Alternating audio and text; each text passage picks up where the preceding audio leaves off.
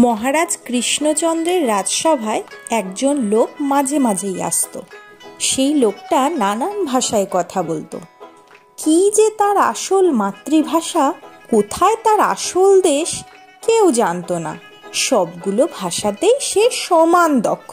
প্রায় সবগুলো ভাষাতেই সে লিখতে পড়তে পারত। যেমন বাংলা বলতো, তেমনি হিন্দি বলতো, আবার তেমন ফার্সিও বলতো।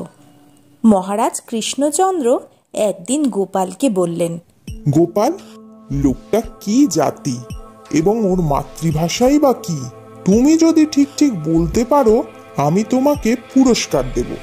মহারাজার কথা শুনে গোপাল বলল, এ আর তেমন কষ্ট কি, আমি দুদিনের মধ্যেই ঠিক বলে দিতে পারবো।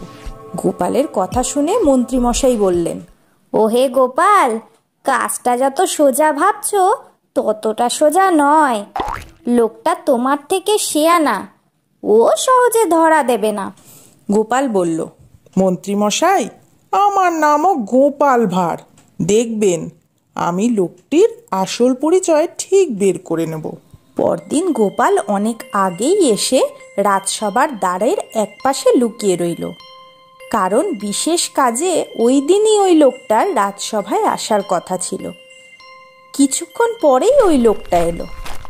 গোপাল বেরোতে যাবার ভান করে আচমকা লোকটার গায়ে ধাক্কা দিল। লোকটা একেবারে হুমড়ি খেয়ে পড়ে বলল, স্যার আন্ধা, দিনের বেলায় চোখে দেখতে পাও না? এই বয়সেই চোখের মাথা খেয়ে বসে আছো? গোপাল বলল, গালাগাল দাও আর যাই বলো, তুমি যে উড়ে আমি বুঝতে পেরেছি। হুমড়ি খেয়ে পড়ে গিয়ে তোমার মুখ থেকে সবার আগে যে ভাষা বেরিয়েছিল ওটা তোমার মাতৃভাষা। তুমি বাপু উড়ে।